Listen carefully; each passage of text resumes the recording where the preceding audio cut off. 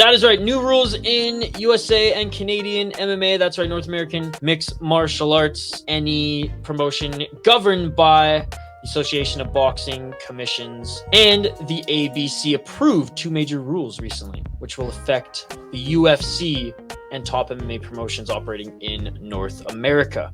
Number 1, fighters will have access to a cut man after being cut by a foul or accidentally via headbutt, for example. So what this means is in the fight versus just in between the rounds, the fighters will have access to a cut man. They will have 5 minutes to recover before the doctor comes in. 5 minutes to recover and 5 minutes for the cut man to work on them before the doctor comes in and checks on them and, deems them able or not able to continue. This rule was employed to give the fighters a better chance to continue instead of, waiting for the round to end, where they could potentially and usually do take more damage. Number 2, more time to recover from eye pokes before the doctor checks on the fighter. So very similar to that of the cut rule that we just highlighted there. They get a 5-minute timeout to recover. They get help with the eye, ice or water, whatever, their corner being able to tend to the eye before the doctor comes in and checks them and deems them able to fight or not. Now, when I saw that there was new rules being employed, I was really hoping for, obviously, okay, we need knees to grounded opponents.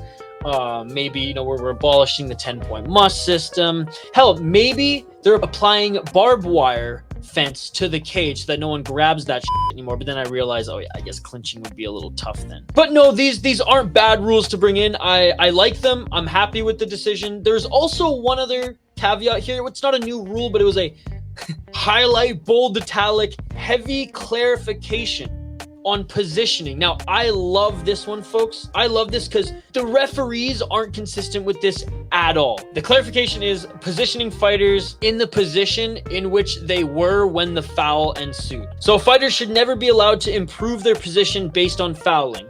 So if they foul, this should apply to fence grabs here, which is why I use that as a segue into it. If a fighter fouls and the opponent who has been fouled, whether a headbutt, whether a eye poke, knee grounded opponent, whatever it is, if they're coming back to fight, the ref has to put them in the position and where right before the foul ensued. Fighter in disadvantaged position who fouls must be returned to that position. So that is being heavily clarified / highlighted, probably running through the ears of the active referees right now, because I've even seen this as of late. Let me know in the chat, let me know in the comments what you think of these rules and how important this clarification of this 3rd rule is, and if there's any examples of fights you remember went awry because of the refs not putting the fighters back in the position they were in before the foul ensued. They bringing back groin shots?